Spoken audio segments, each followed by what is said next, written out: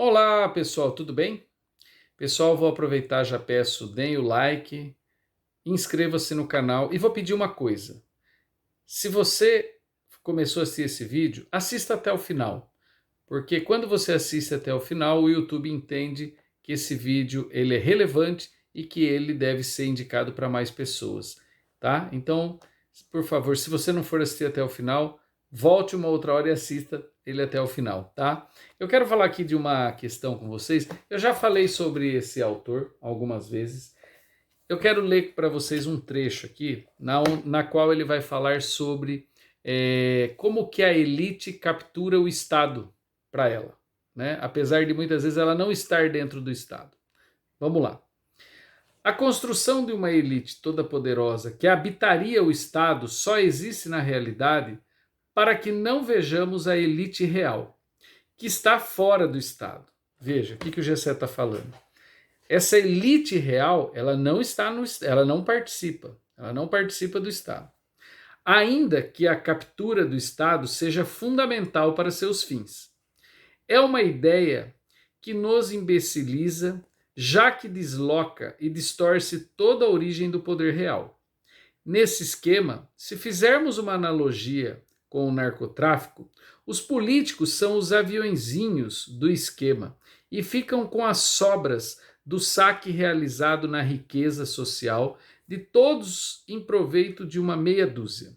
Combater a corrupção, de verdade, seria combater a rapina pela elite do dinheiro, da riqueza social e da capacidade de compra e de poupança de todos nós para proveito dos oligopólios e atravessadores financeiros. Bom, o Gessé vai trazer muitas questões, eu recomendo a leitura do livro, ele é muito interessante, mas para dizer o que o Gessé está falando.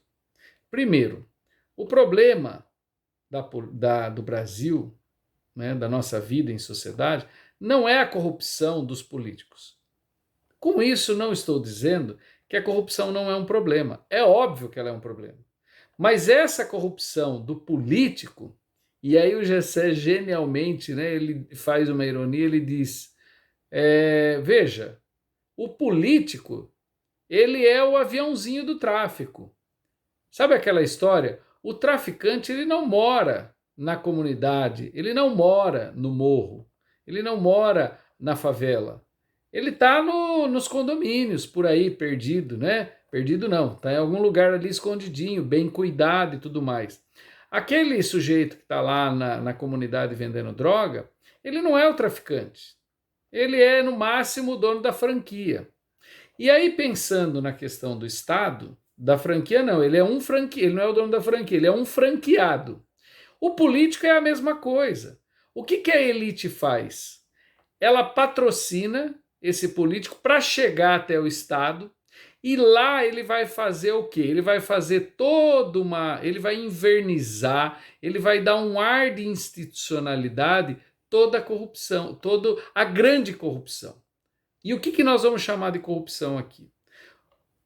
Existe uma questão muito importante que é a do orçamento público. Vocês já ouviram falar, inclusive, de orçamentos paralelos e tudo mais, né? Orçamento secreto, que o Bolsonaro, inclusive, utiliza.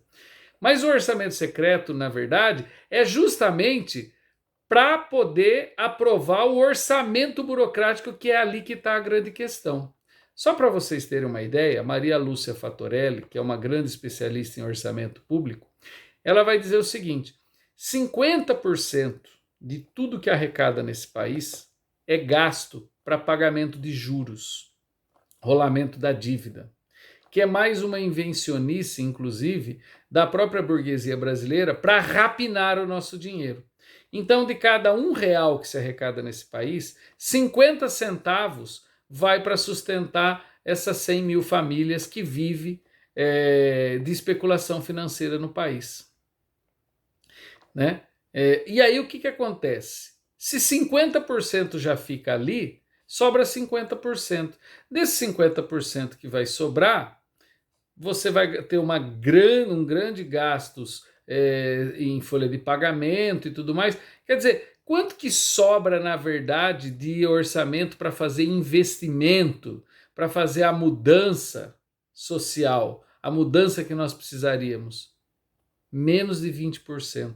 Nem isso sobra para, de fato, o Estado brasileiro fazer.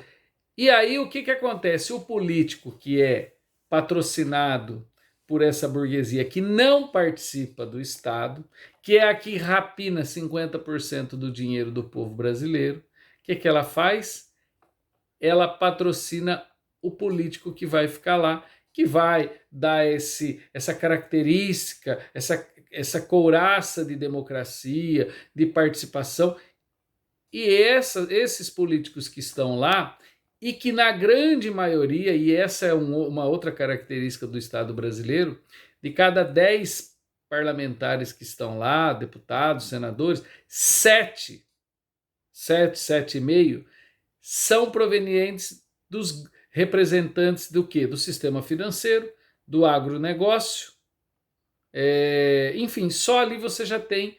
E você tem também muitos dos evangélicos que inclusive acabam votando junto com esse povo.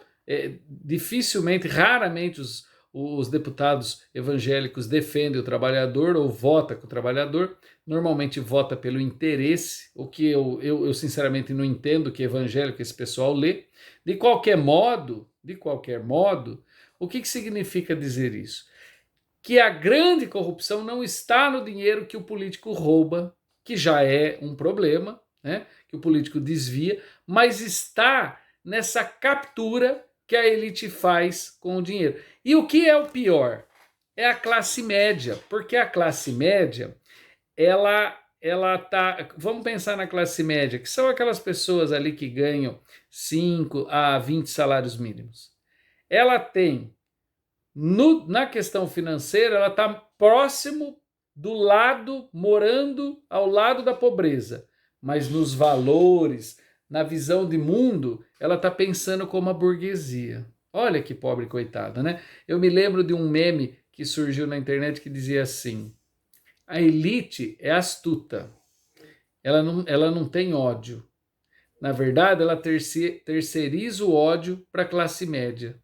Isso não é uma coisa genial? Então, assim, o que ela faz? Aí você vai ver movimentos que nasceram aí, MBL, os Patos Amarelos. Quem que vai lá? A elite vai para a Avenida Paulista? Não! Quem vai lá na Avenida Paulista é aquela pessoa que usa camisa polo, bermudinha, tênis de marca. Ou seja, são os proletários bem pagos que se acham pertencentes à elite, mas vai lá defender os valores de quem? Vai defender os valores ali do sistema financeiro, do agronegócio. Quer dizer, ela compra essa ideia e ela dá um tiro no próprio pé. Tem uma outra questão que o Gessé vai colocar aqui, eu vou pegar para vocês, que é na página 226. Ele diz assim, olha isso, que coisa mais cruel, né? 53% do orçamento é pago por pessoas que ganham até 3 salários mínimos, em um contexto onde os ricos ou não pagam impostos ou sonegam em paraísos fiscais.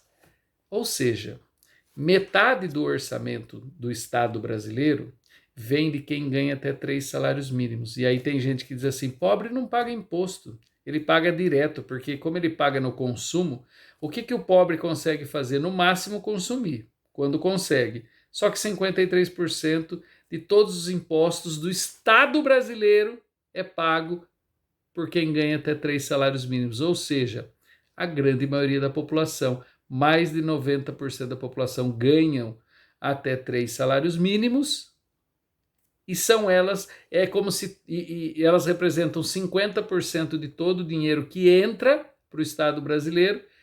E aí o que acontece? Esse dinheiro volta para eles? Não. É como se todo o dinheiro que eles pagaram de impostos, os governantes que estão lá faz assim. Vamos lá, vocês ganham até 3 salários mínimos, contribuíram com 50%. Ele pega esse 50% e dá na mão do banco. Dá na mão dos bancos. E aí? E aí a corrupção está onde? Por isso, se a gente quer qualificar o debate político, nós não podemos discutir política a partir do viés da corrupção. Quem se interessa em discutir política a partir do viés da corrupção é a elite do atraso. é quem quer que a gente continue achando que o problema é do político que rouba ali, desvia um pouquinho de dinheiro, né? Que representa menos de 5% do orçamento da União, porque 50% já ficou na mão dessas 100 mil famílias. Tá bom, minha gente? Vamos pensar, essa é uma questão muito polêmica. Eu espero aí as provocações e principalmente as reflexões, os comentários. Tá bom? Muito obrigado.